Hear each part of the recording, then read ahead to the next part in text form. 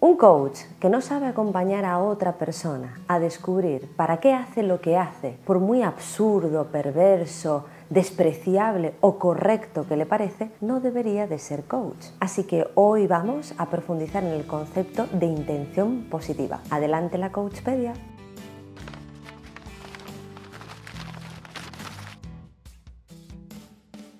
En coaching trabajamos dentro de un marco y es una especie de presuposición sobre la que construimos todas las sesiones. Y es que todo comportamiento tuvo o tiene una intención positiva. Esto quiere decir que todos los comportamientos son adaptativos al entorno. Cuando elegimos hacer una cosa o elegir hacer cualquier otra, más allá de si nos parece correcto o incorrecto, si es sano o no es sano, si es incluso ecológico para el entorno, lo que sí seguro tiene en el trasfondo es una intención positiva, es decir, una intención de cubrir una necesidad que hay ahí y que en cierta manera me ayuda, me garantiza a sobrevivir o adaptarme al entorno. ¿Cuál es el principal problema o desafío con el que nos encontramos a la hora de acompañar la intención positiva? Pues que muchas personas creen que lo que estamos tratando de hacer es justificar el comportamiento y para nada. De hecho, la clave consiste en salir de la estructura de juicio. La justificación implica juicio. Aquí no queremos justificar nada porque no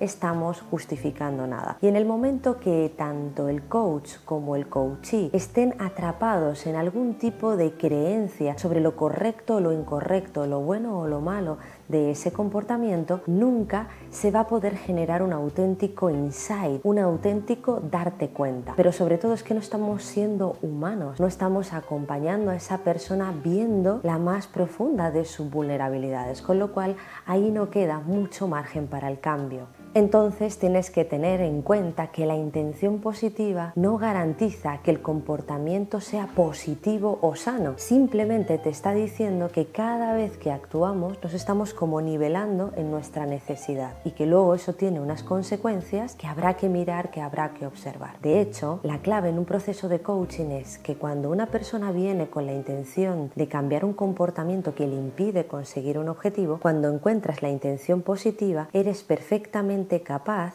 de ir acompañándole a que oriente a otros comportamientos, a otras realidades, a otras posibilidades que cumplan con la misma intención positiva de base, es decir, que llenen esa necesidad tanto o más como lo hacía el anterior comportamiento, porque si no, ese cambio no se va a sostener en el tiempo. Obviamente las preguntas que más ayudan son las que apuntan a la finalidad, que podría ser tipo ¿para qué podría tener sentido hacer esto? Si hubiera un contexto donde esto te trajera algún tipo de beneficio personal que venga de ti para ti, ¿cuál sería? Porque esta es otra de las claves importantes. Hay que saber diferenciar entre intención positiva o beneficio primario y el beneficio secundario, que es cuando con mi comportamiento no solo me doy algo a mí, yo mismo, sino que recibo algo de los otros. Te voy a poner un ejemplo muy concreto que quizás pueda ayudarte a tener un poquito más de claridad en esto. Recuerdo el caso de una chica joven que aún vivía con sus padres que desarrolló un tipo de problema a la hora de comer, que se atragantó en determinado momento y dejó de comer sólido.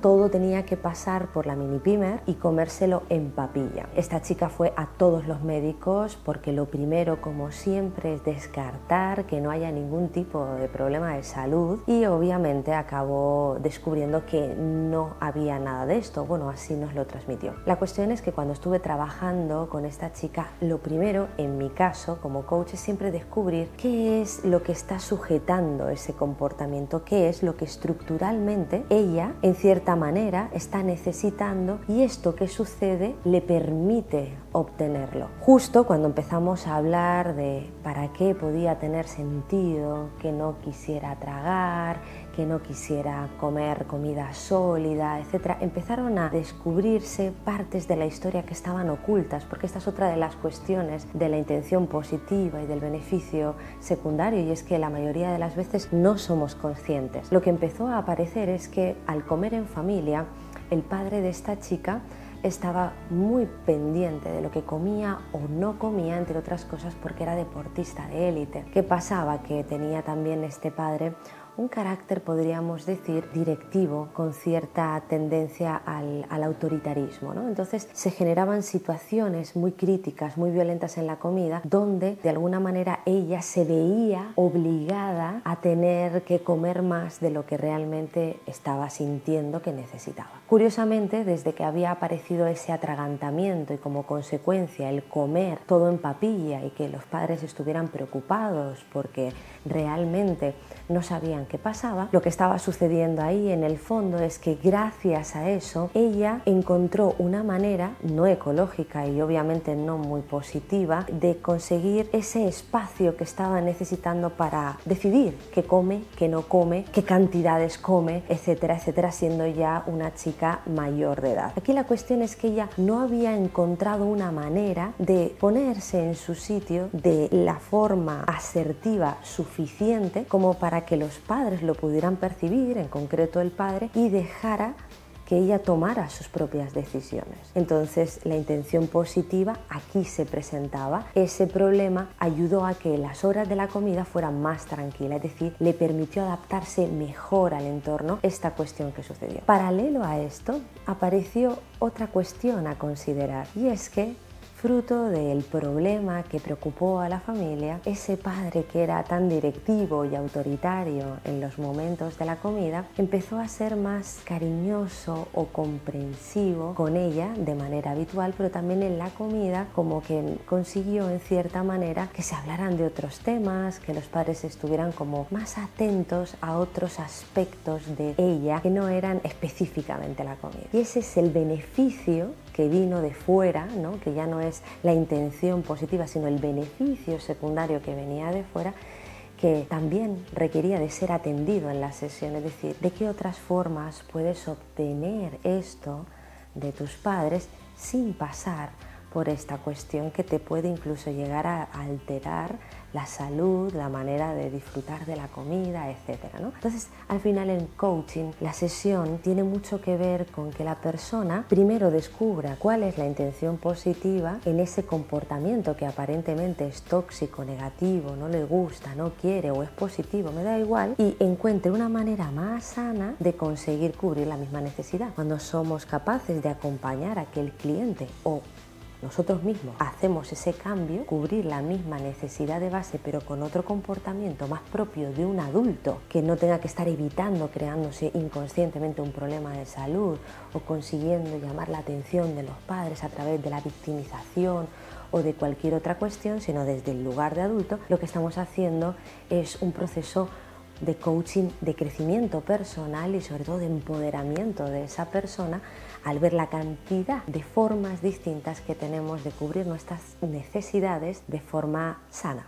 Pues esto es gran parte de lo que se hace en un proceso de coaching. La persona viene con un comportamiento que quiere cambiar, que quiere dejar de hacer a toda costa. Generalmente suele ser así, aunque también hay veces que el comportamiento, la adherencia, es porque es un comportamiento también etiquetado como positivo. Descubrimos qué necesidad había debajo, esa intención positiva, y lo que hacemos es asegurarnos de que en los nuevos caminos que el cliente construye cumple la misma necesidad de fondo, y si había beneficios secundarios, pues también prestarle atención. Solo así podemos empezar a poner los cimientos para que esta persona pueda mantener el cambio, porque si no va a ser difícil si la necesidad quedó pendiente de cubrir. Bueno, espero que te haya servido esta reflexión sobre la intención positiva y que lo contemples pues también como un poco te comentaba con el reencuadre, como una manera de vivir, porque cuando somos capaces de ver las intenciones positivas de nuestros comportamientos